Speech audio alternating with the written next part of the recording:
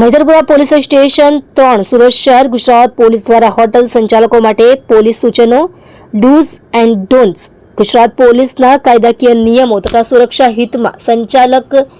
Hotel સંચાલકો માટે નીચે મુજબની ફરજો તથા પ્રતિબંધો નક્કી કરવામાં આવ્યા છે। ડોઝ શું કરવાનું? દરેક ગ્રાહક પાસેથી માન્ય ઓળખપત્ર લઈ ચેક ઇન રજિસ્ટર્ડમાં નોંધવું, online C form D form ફરજિયાત ભરવું, યુવતીના મોઢા ઉપર દુપટ્ટો હોય તો મોં ખોલાવી આધાર કાર્ડ ચેક કરી રૂમ આપવો, પ્રવેશ દ્વાર, રિસેપ્શન, કોરિડોર, પાર્કિંગ તથા બહારના વિસ્તારમાં સારી ક્વોલિટીના નાઇટ વિઝન સીસીટીવી કેમેરા લગાવવા તથા રોડ સાઇડ એક એનપીઆર કેમેરો લગાવવો અને 30 દિવસ સુધી રેકોર્ડિંગ સાચવવું। શંકાસ્પદ વ્યક્તિ પ્રવૃત્તિ અંગે તાત્કાલિક પોલીસને જાણ કરવી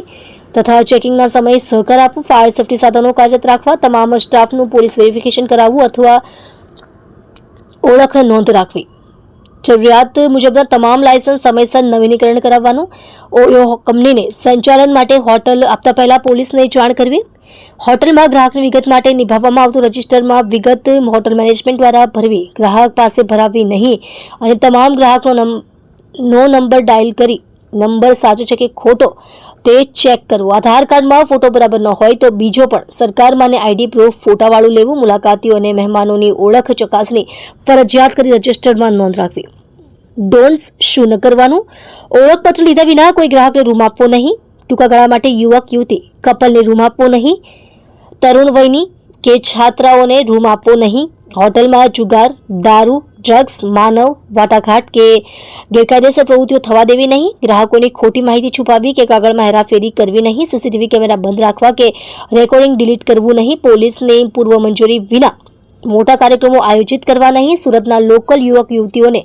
ઉંમરની ખરાઈ કર્યા વિના રૂમ ભાડે આપવા નહીં, હોટલના રૂમમાં તથા બાથરૂમમાં સ્પાય કેમેરા લગાવાયેલા હશે તો હોટલ સંચાલકની જવાબદારી રહેશે। સીસીટીવી સ્પાય કેમેરા લગાવેલા છે અગર એ માલુમ પડશે તો આપના વિરુદ્ધમાં કાયદેસરની કાર્યવાહી કરવામાં આવશે। ઉપરોક્ત સૂચનોનું ઉલ્લંઘન થાય તો ગુજરાત પોલીસ અધિનિયમ આઈપીસી તથા અન્ય કાયદા હેઠળ કડક પગલાં લેવામાં આવશે। આપ જોઈ રહ્યા છો ગુજરાતની સૌથી પહેલા ખબર આપતી Surat express news channel director Rajesh મંગલેની સાથે।